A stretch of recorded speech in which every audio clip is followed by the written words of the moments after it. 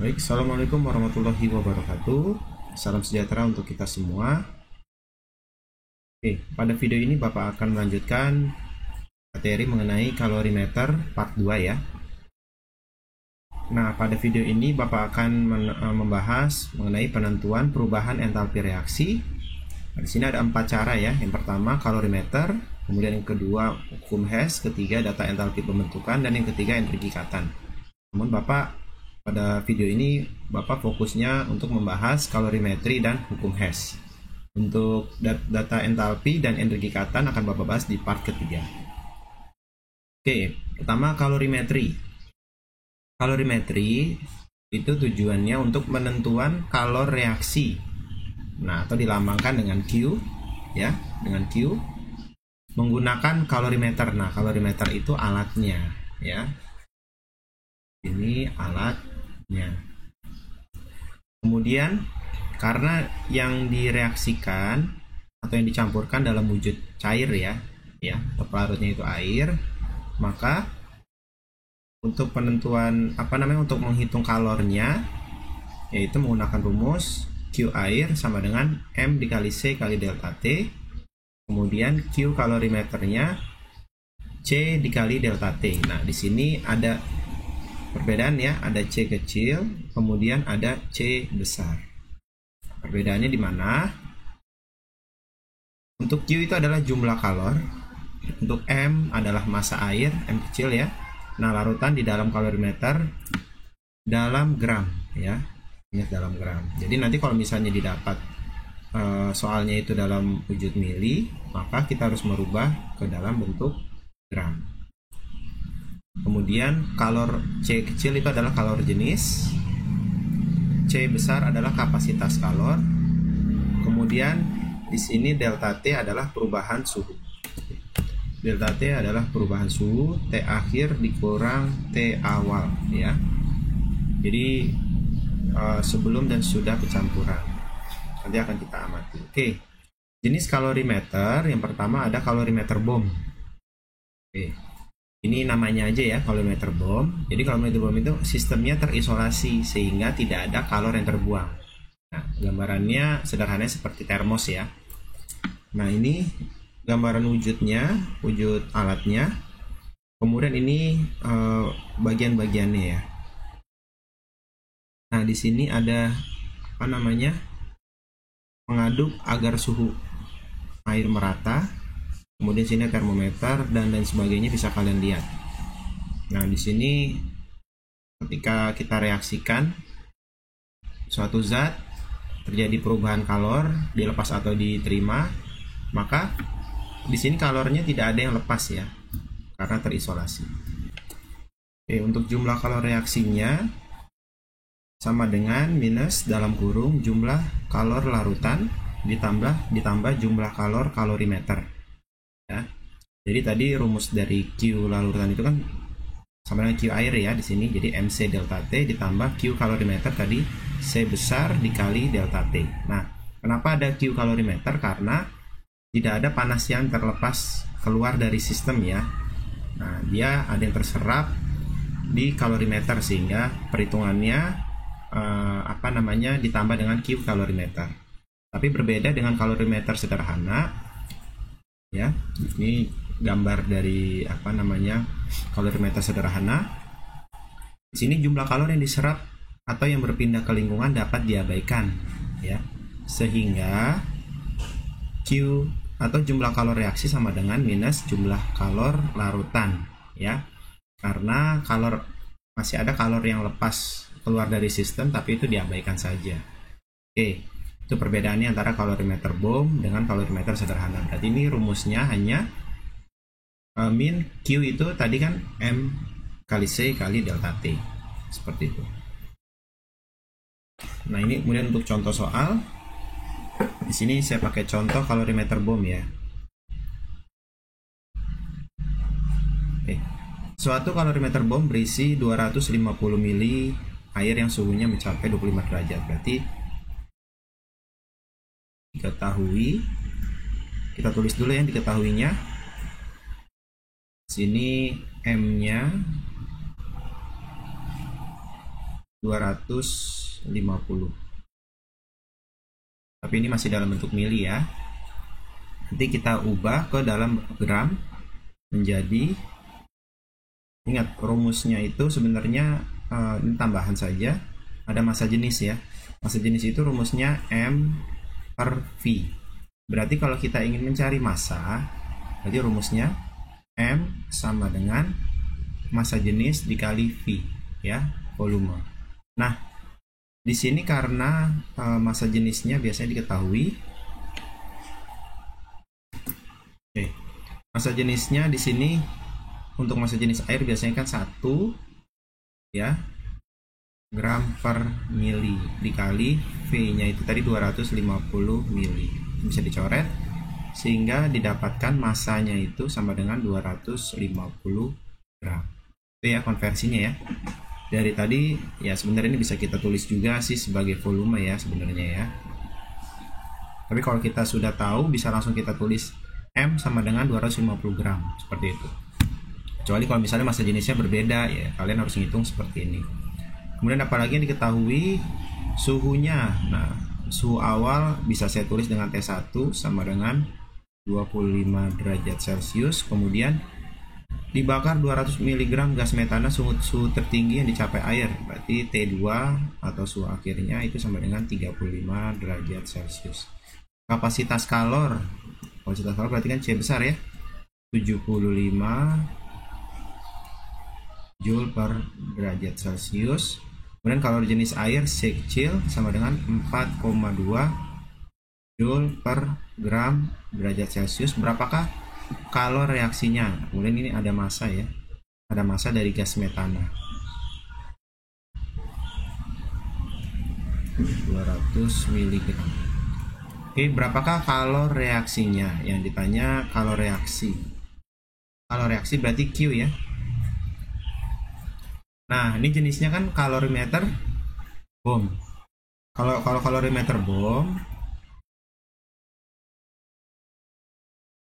berarti Q-nya itu sama dengan min V apa tadi? Larutan ditambah Q dari kalorimeter. Gitu ya. Nah, berarti kita boleh menghitung langsung di dalam rumus ini atau kita boleh menghitung satu-satu ya. Jadi kita boleh menghitung dulu Q larutannya boleh. Karena ini masih latihan soal. Sama dengan M dikali C dikali delta T. Nah, M-nya itu tadi sudah kita hitung 250 dikali C-nya. C kecil ini ya, 4,2 dikali delta T-nya suhu akhir dikurang suhu awal.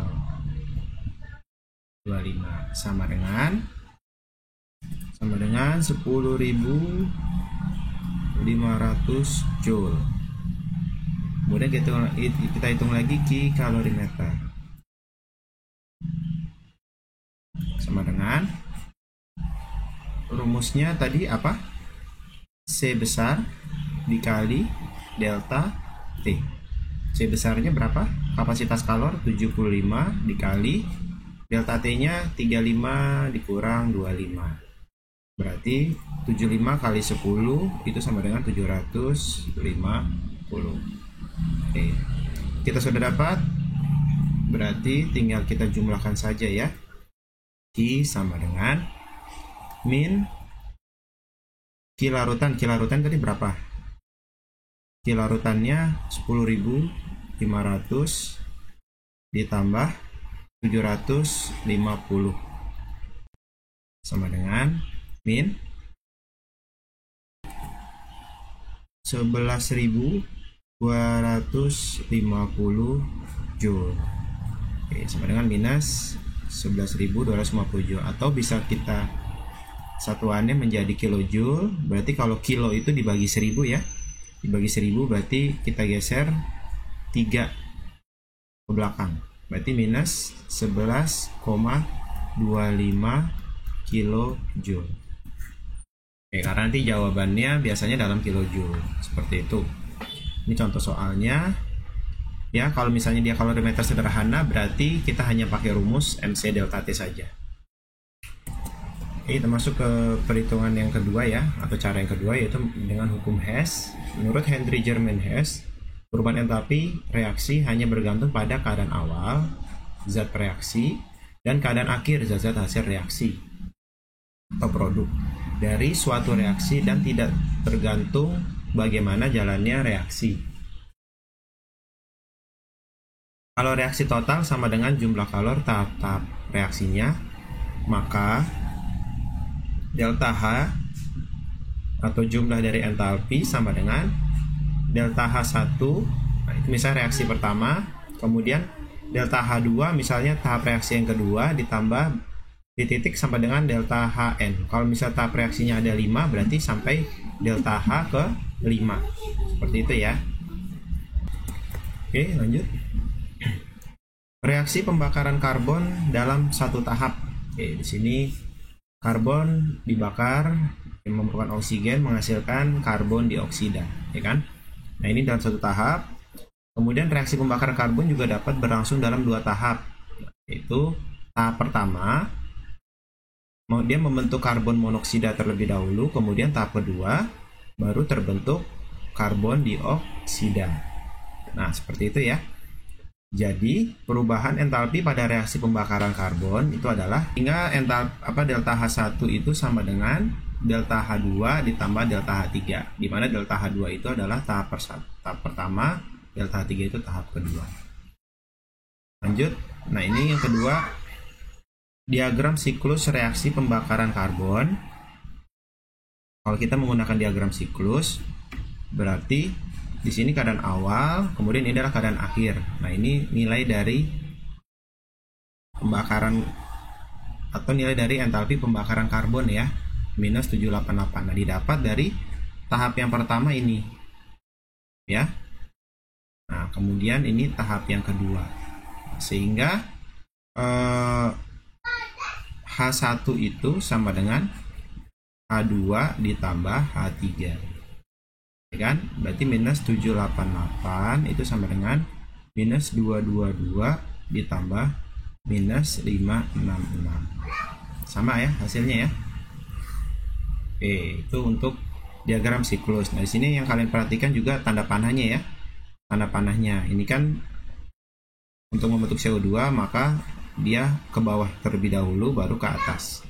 Nanti ada soal yang tanda panahnya itu malah ke atas ya. Nah, itu harus kalian sesuaikan terlebih dahulu.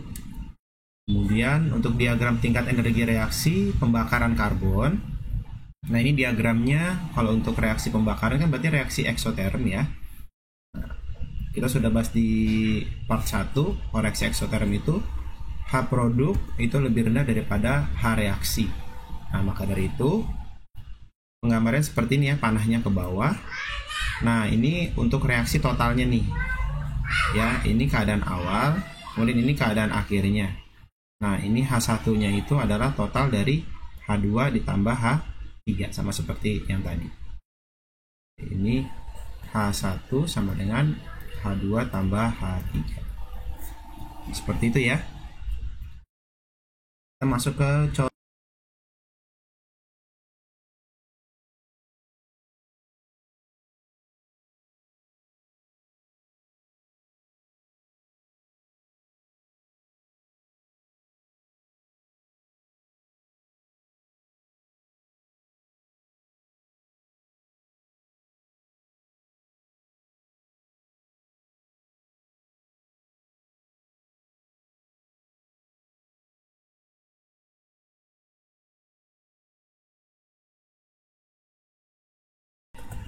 Oke, kita masuk ke contoh soal. Yang pertama ini adalah reaksi penguapan air dibagi menjadi 2 tahap. Nah, ini tahap yang pertama ya. Kemudian tahap yang kedua. Nah, pertanyaannya, besarnya entalpi penguapan air tersebut adalah, oke, berarti kita harus menghitung entalpi. Nah, dalam hal ini diketahui entalpi tahap 1 adalah X, entalpi tahap 2 adalah Y. Ini besaran nilainya ya, bukan angka yang real, tapi disimbolkan. Nah, di sini yang pertama kita harus mengetahui dahulu reaksinya yang diminta. Nah, yang diminta di sini adalah penguapan air. Kalau penguapan air itu berarti apa namanya? Itu kan adalah perubahan wujud ya. Perubahan wujud dari wujud apa? Ya, dari H2O yang wujud liquid kemudian ke H2O wujud gas. Betul ya? Nah, sehingga karena yang di sini kan apa diminta penguapan air, nah kita sekarang kita sesuaikan dengan reaksi yang ada. Ya, berarti H2OL itu ada di sebelah kiri ya, harus di sebelah kiri ya menurut reaksi ini. Kemudian H2O yang gas, wujud gas itu ada di sebelah kanan. Oke, tahap pertama H2O liquid di sebelah kiri ya dari reaksi, kemudian H2O gas di sebelah kanan. Oke, berarti tinggal kita tuliskan H2O liquid ditambah menghasilkan H2 gas tambah setengah O2. Oke, ini delta HX-nya, delta H-nya, maaf, X Kj. Kemudian untuk reaksi yang tahap kedua, H2 ditambah setengah O2 menjadi H2O gas. Delta H-nya Y.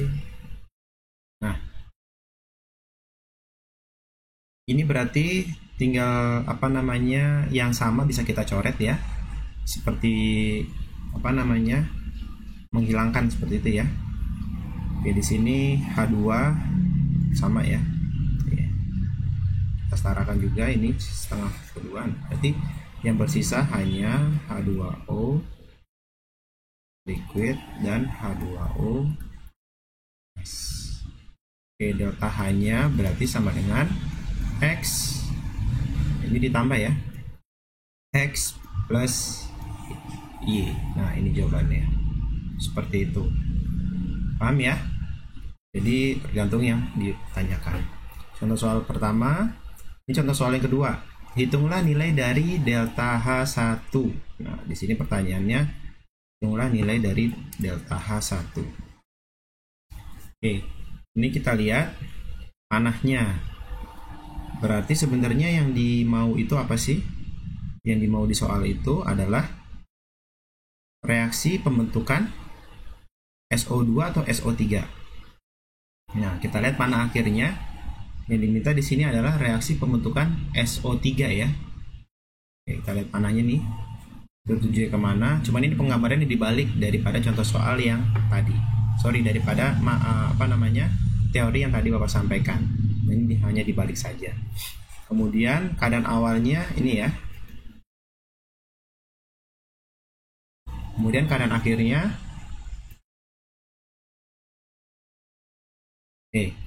Berarti delta H3 ya kan adalah total dari delta H1 ditambah delta H2. Setuju ya? Ditambah delta H2. Kalau kita ingin mencari nilai delta H1, berarti delta H1 sama dengan delta H3 dikurang delta H2. Berarti delta H3 minus 398 dikurang minus 100 ya. Berarti sama dengan minus ketemu minus jadi positif. Jadi minus 298 kilojoule. Oke, ini jawabannya. Seperti itu ya. Jadi kita harus benar-benar teliti ya.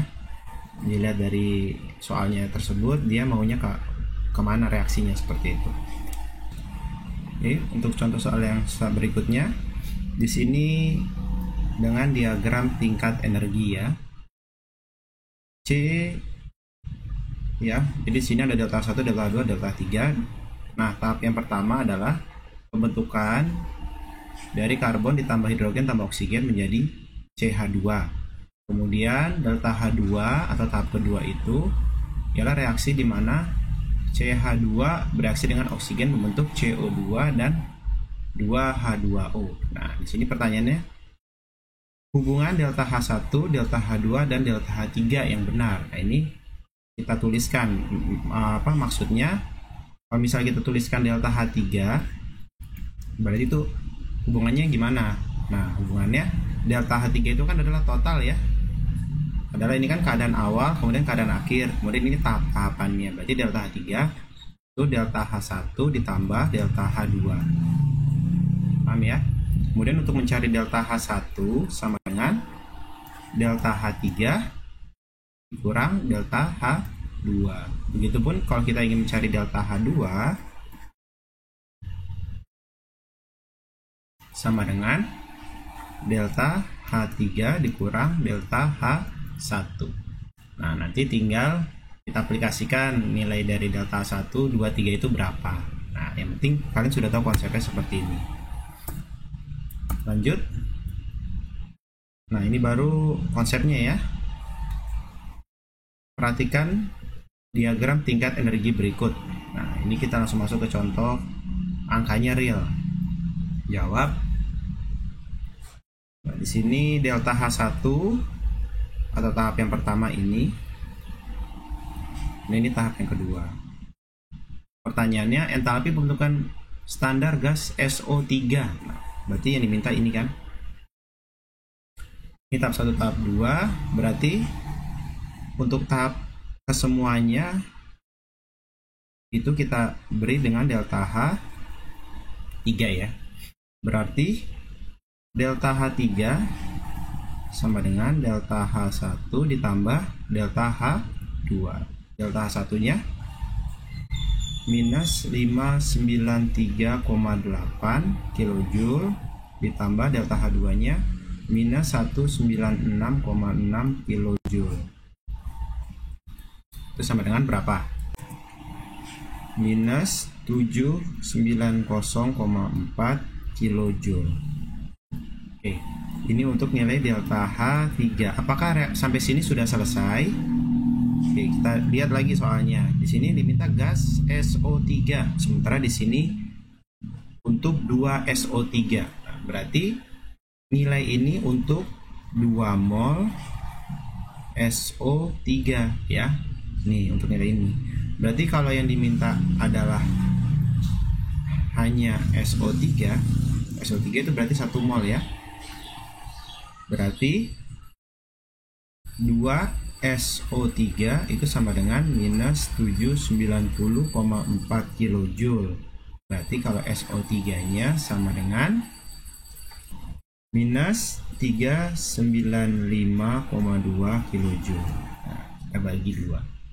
Oke, ini adalah hasil akhirnya. Entalpi pembentukan standar gas 1 mol SO3. Oke, untuk video atau untuk pembelajaran termokimia part 2 sampai ini dulu. Silakan kalian buka Google Classroom kalian. Di situ ada latihan soal untuk menambah pemahaman kalian. Terima kasih. Salam sehat. Assalamualaikum warahmatullahi wabarakatuh.